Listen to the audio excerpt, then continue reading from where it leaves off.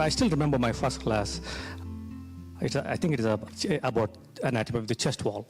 So I was teaching everything which I knew to the students, but I see this, none of the students were excited because they all looks like everything is going above their heads.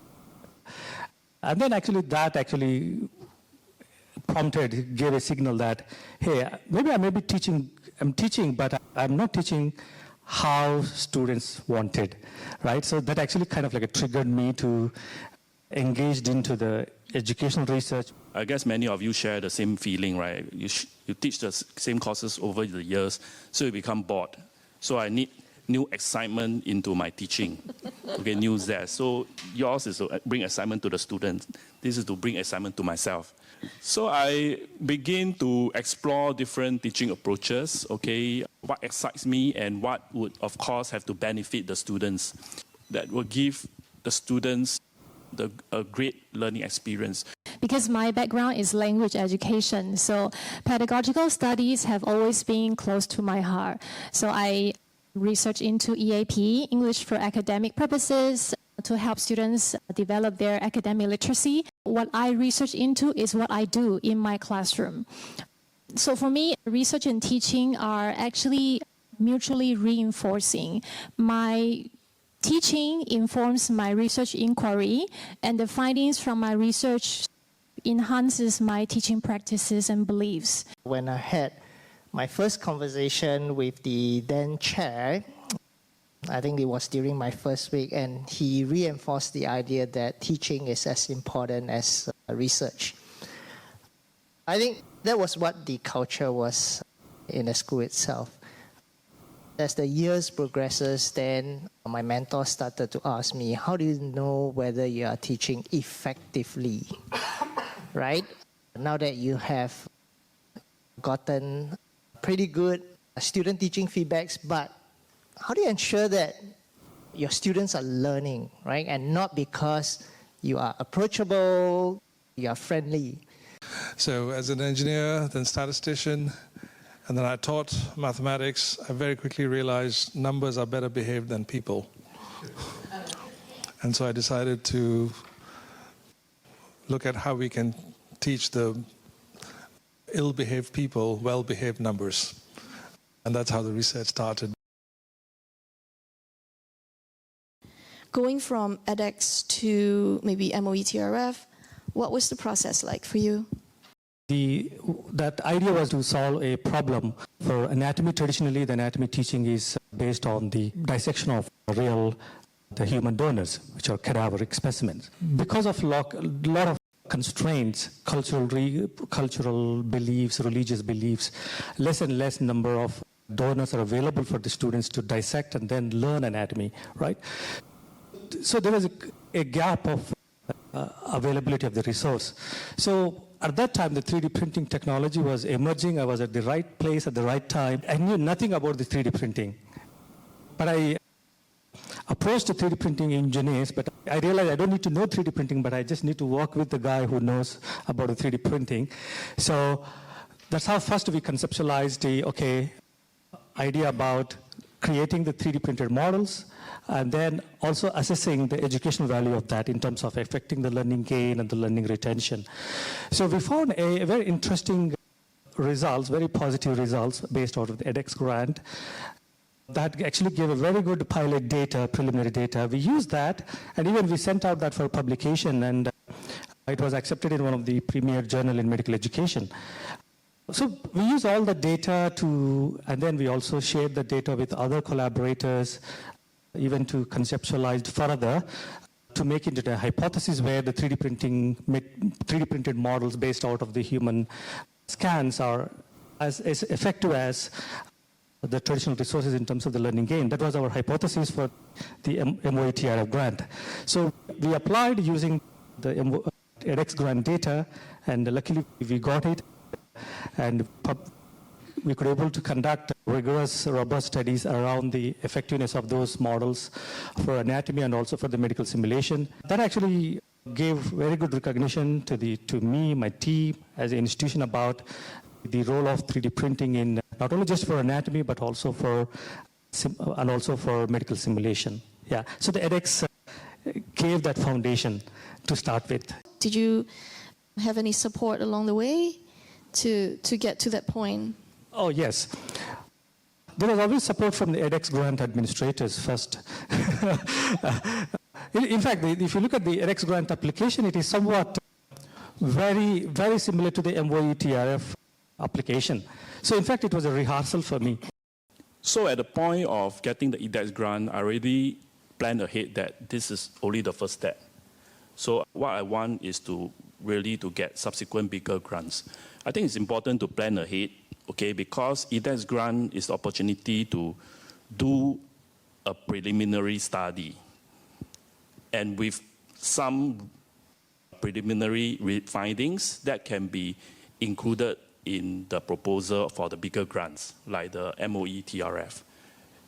By doing that, I think that gives you a very strong advantage because they will instill a lot of confidence in the grant reviewers. Okay, that you know something and you did some studies and you are really interested in doing more in that particular area. It is also very important to collaborate. What I mean by collaborate is to collaborate with the domain expert in educational research. Okay, just like people in NIE or people from CTLP. Yeah, and because this will shorten your learning curve, I think most of us, we are the expert in our respective domain, but we are just practitioners, you know, when it comes to teaching and learning in this kind of research. So in order to shorten the learning curve, to have a good collaboration, it will really save you a lot of time and effort, or else it will be like doing another PhD. Okay. Yeah. So my collaborator from NIE, Tan Seng Chi, really helped me a lot. Okay, from shaping the literature review, okay, what are the important papers to read, okay, relating to the research, and to designing the research methodologies, because the research methodologies in the area could be very different from our own area. And after the first step, after the EdeX grant, and you can secure a bigger grant, then it really can scale up because the bigger grant will provide you more financial support. So for you, you knew going in that you have this, like in the long term, you wanted to go for this larger scale grant, right? MOE-TRF. What advice would you give to people who try to figure out what the long-term point might look like? I think the EdeX grant also provides everyone an opportunity to really see whether this is where your interest lies. Just like our students doing internship. So EdeX grant provides you a small amount to try out some small new things, and whether you are interested to go all the way. So this is also an experiment for ourselves, where our interest lies. I just want to talk a little bit about my second EdeX grant. It was initiated because at that point in time, I was overseeing one of the Makerspaces, Garage at EEE.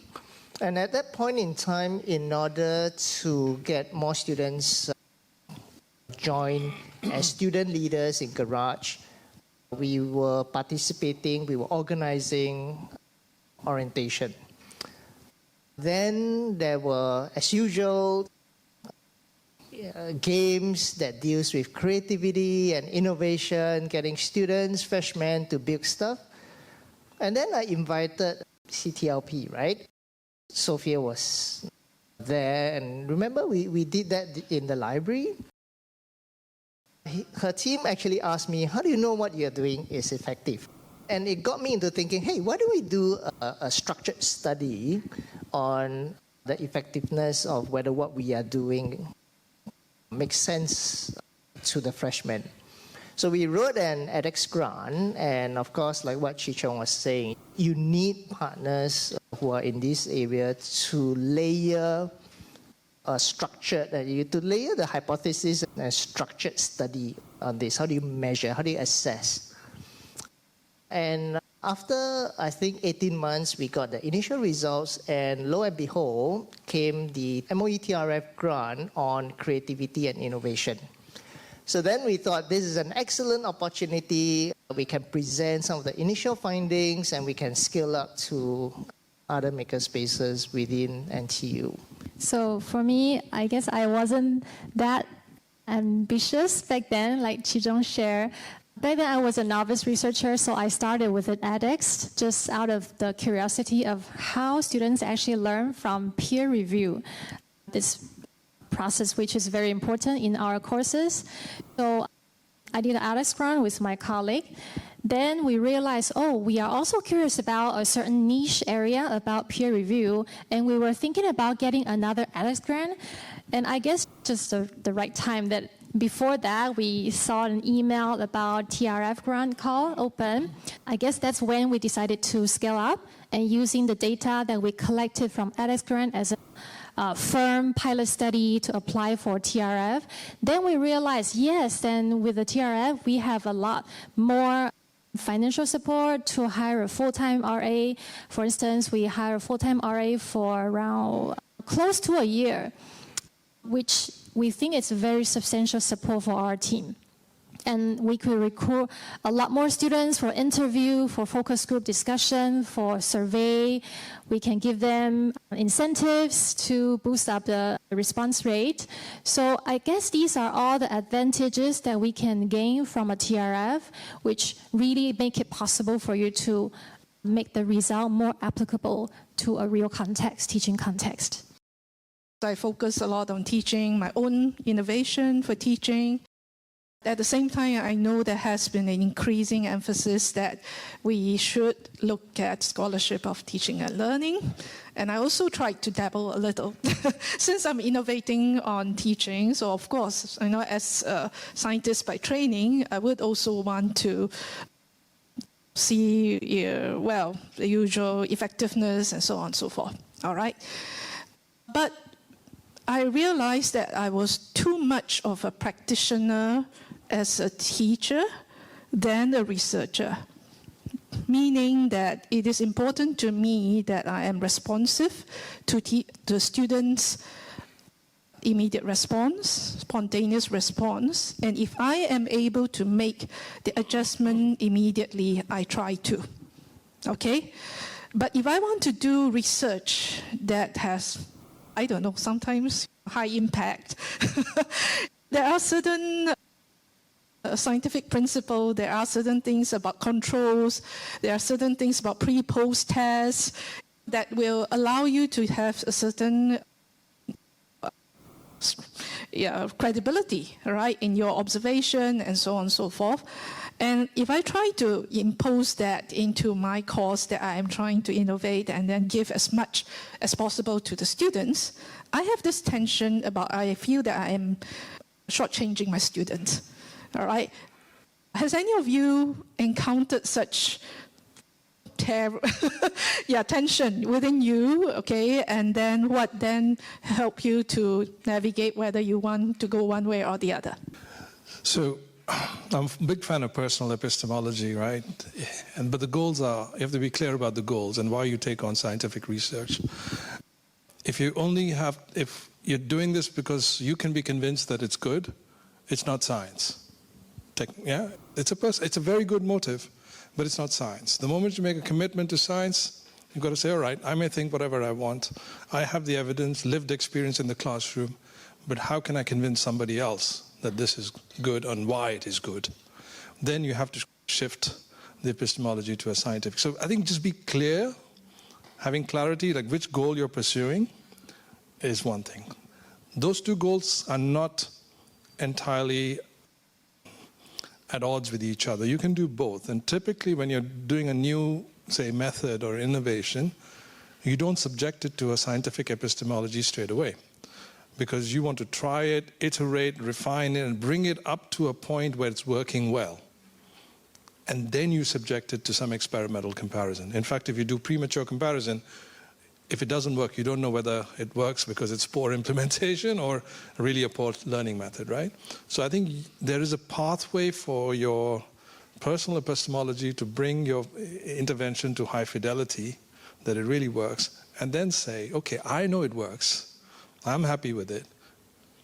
Can I convince others too? And there you'll have to make some trade-offs when you go to, but that has to be a goal. When you have a goal, you will commit to trade-offs, right?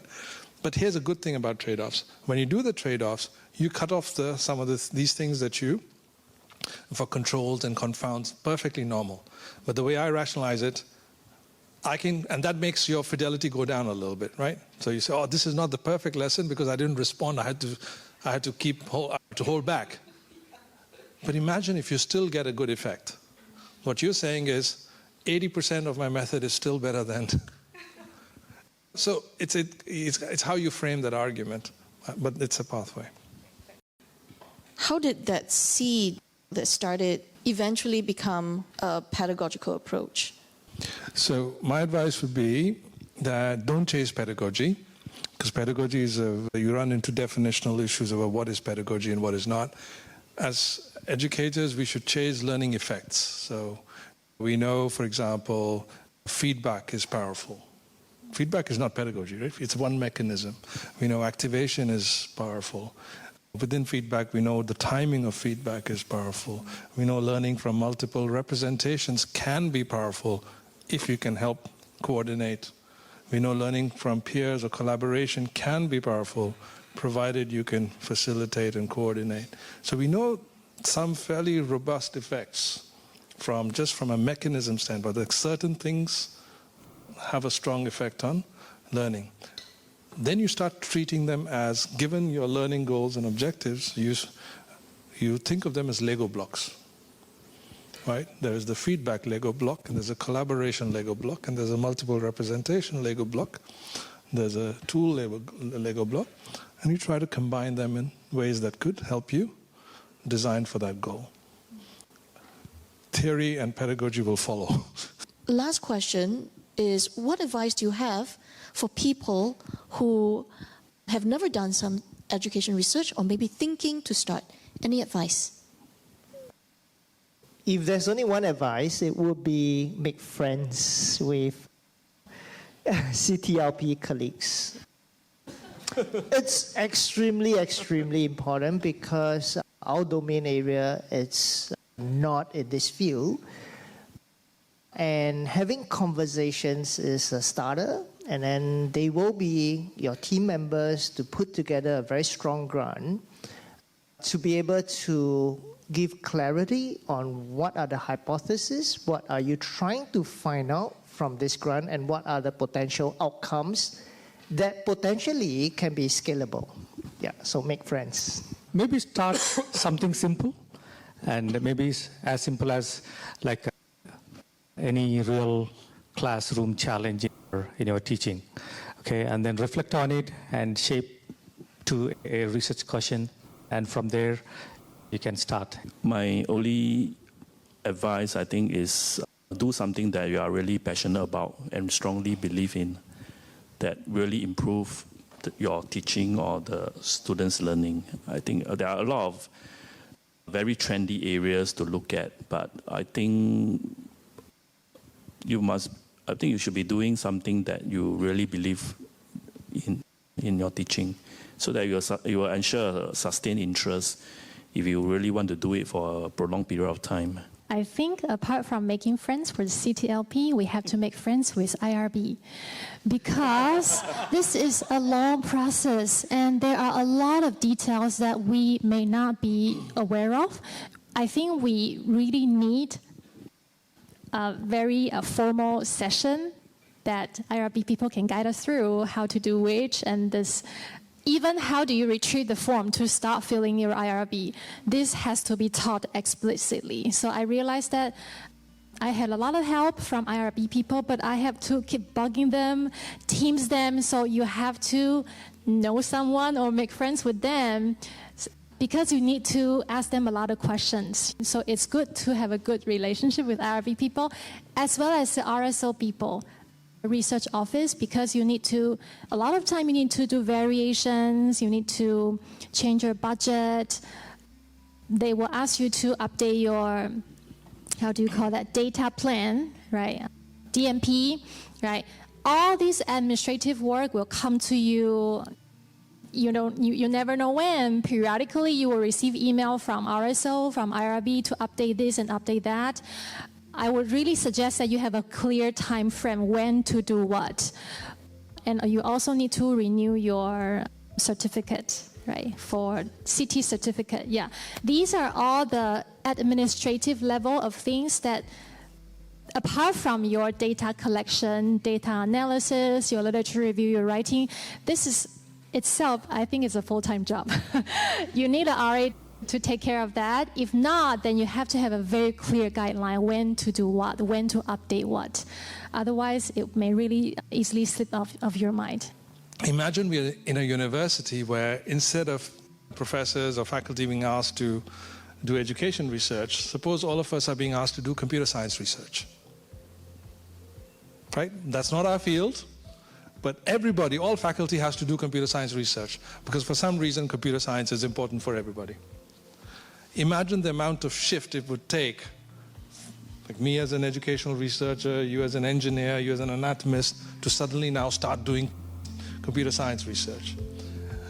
It's no different here, right? And therefore you need to collaborate. You absolutely need to collaborate with the right people.